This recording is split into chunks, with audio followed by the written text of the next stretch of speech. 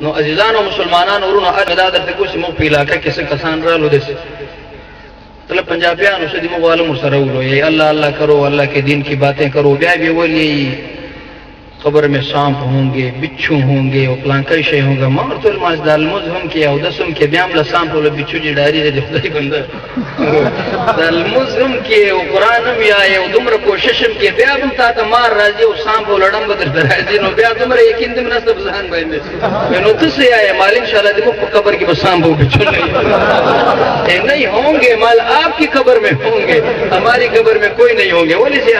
انشاءاللہ العزیز سلموز کو او دس کو دی قرآن عظیم شان تلاوت کو غلامی دی محمد رسول اللہ کو یا مل قبر کی بسوالو نہیں اول سیٹ اپ سے کم دکم اول نشست سے دکم لدی دنیا جی اولاد سے مسترگم پٹے سے من ربک ما دینک انت تقول فی حق هذا رجل نبی علیہ الصلوۃ والسلام په قبر انور کی اشارہ کی دین نورانی چہرے مبارک سے آئے ما پټ کی دا خبرې کولې بیا یو راغی زه خو نه منم دا چې نبی علیہ السلام په قبر درازي بیا بداسي یو بیا سوال جواب ما ولې نه منې وای زه به دې باندې نه منم چې دوه کسان په چوک اعظم کې وفات ستړي خبر نه یاست دوه په چوک اعظم کې وفات شو دوه په کابل کې وفات شو پنځه په غزنی کې وفات شو د لس په ډیلی کې وفات شو یو څو په لاهور کې وفات شو غټه دنیا ده دا په یو ټیم باندې قبر کې خاص جنازي وسولې اوس د نبی علیہ السلام د ډیلی ورته ورځي کې د غزنی ورته دا خبره وکړه ما د مخ سټوډنټ ناس مطلب د کالج ور ډیر کسانو 1500 کسان ناس دي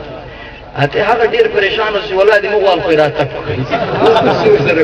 ما دا وخت د ورته وګراو مال سو ډیر ټیر دی یار دغه حسد خلق خطا کړی دی اوس ګوره دا خلکو ته خطا کړی دی نبی ګل خدا دا وها دا ما تر مال کا جواب درکم بیا مختم سره لیکلیو مال کمی جواب در کو پنده بغورځي کمی جواب نو کو در یو کیلو بجا د پنده راځي دغه چلو صحیح دا موعدم سره کړي ولا قسم په خدای چې جواب ورکړانه ولاړ شوی مالدار اتوای چې کله دا فرشتہ حضرت اسرائیل روح قبض کوي دغه دي انسانانو دغه یو د په هر غلي کې لس دولس ولا سبحان الله وایي دغه په یو ده دا مال په یو وخت باندې دا ټول کسان مړو دا ډیلی ته څنګه ورسېدا او غزنی ته بیرته سودا دا بیا د وګراته او پنده را گزار نه کړل کاش کې ستر سره منلی وای نو زه ارز دا درته کم ساده ګلان یاستې خو د غوړم ساده ګلان کېږي له خوشبوئی بزان کې پیدا کی د نبی دیش کوله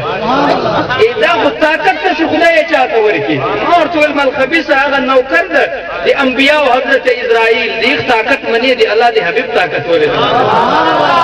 دا شان د الله تعالی مولتا نبی ته ورکړ یو شک سړی به بیانې او شکان به خوشحالي دي ما استاد با اکثر راته ویل د بوله بیٹا شکل تقریر کې مجمع کې پام کا اوس د عمره تجربه قدمه هم سلسله زره کس ناسم دا بل کې و پیرزم ایمان درته هم کې و پیرزن ولې چیرې راته معلومه ولې ته فن ورکه یا شک سړی سي غاتی جذباتي سي خدای سو کم او فن ورکه او خوشاله پی او الحمدلله دا ټول مجمع دي اشکان الله تعالی دې